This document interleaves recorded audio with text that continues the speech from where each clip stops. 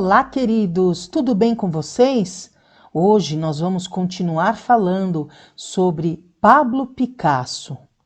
Como vocês viram, Pablo Picasso nasceu em Málaga, na Espanha, em 1881 e faleceu em Mougins, na França, em 1973. Pablo Picasso produziu uma obra monumental que acabou se tornando o ícone da paz. Vamos conhecer um pouco sobre ela? Guernica é talvez a obra mais emblemática da carreira de Pablo Picasso e de toda a arte do século XX. Medindo 3,49 metros de altura por 7,76 metros de comprimento, a obra mostra os horrores do bombardeio à cidade basca de Guernica, em 26 de abril de 1937.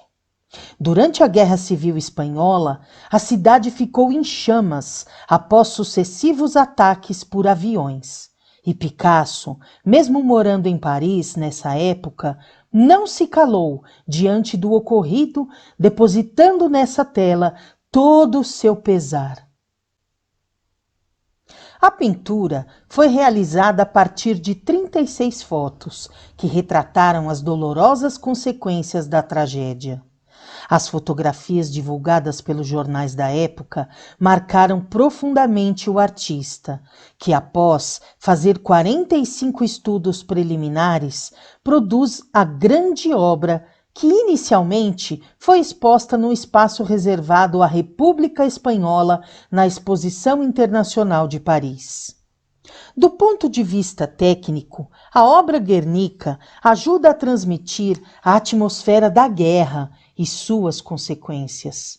Ela acabou se tornando progressivamente um símbolo político de protesto, emblema de todas as tragédias devastadoras da sociedade moderna e um ícone na luta contra a violência e o fascismo. Em 2003, quando o secretário de Estado americano Colin Powell tenta justificar o lançamento da guerra do Iraque, ele pediu para que a reprodução de Guernica, que fica na ONU, fosse coberta por uma cortina azul, porque seria simplesmente impossível justificar a guerra tendo o painel de Guernica atrás.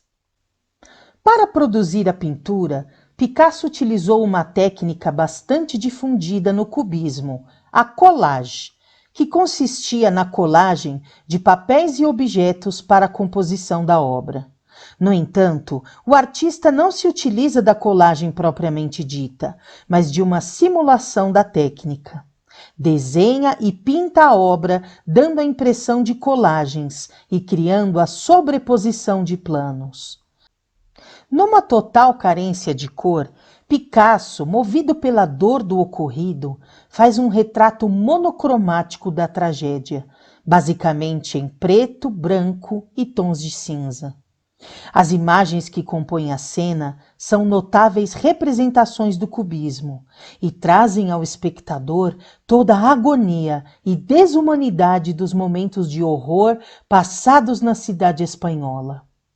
Quanto às figuras, o artista reproduz a população, os animais e a devastação das construções. A tela é construída a partir de 4 retângulos verticais e um triângulo central que compõe a cena.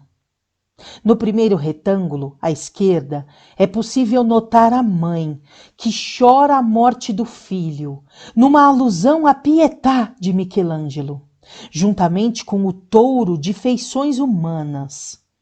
O segundo retângulo traz a agonia do cavalo, iluminado pela luz inóspita da luminária acima. O terceiro traz o rosto de 2 mulheres aterrorizadas. E o quarto retângulo traz a figura de um homem com os braços para cima, na tentativa de pedir socorro. Além disso, o painel é rico em detalhes que passam despercebidos à primeira vista, como a flor ao lado de uma das patas do cavalo no centro da obra. Atualmente, a obra se encontra no Museu Reina Sofia, em Madrid, e é um símbolo das atrocidades cometidas pelo homem.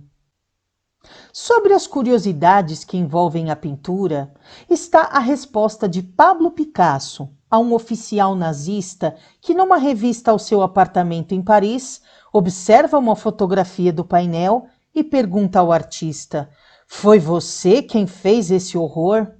E Picasso responde: "Não, vocês o fizeram."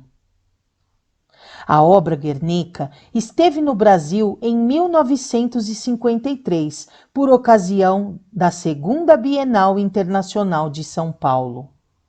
Bem, pessoal, hoje nós pudemos conhecer um pouco mais sobre esta obra tão importante de Pablo Picasso, que se tornou um ícone da paz.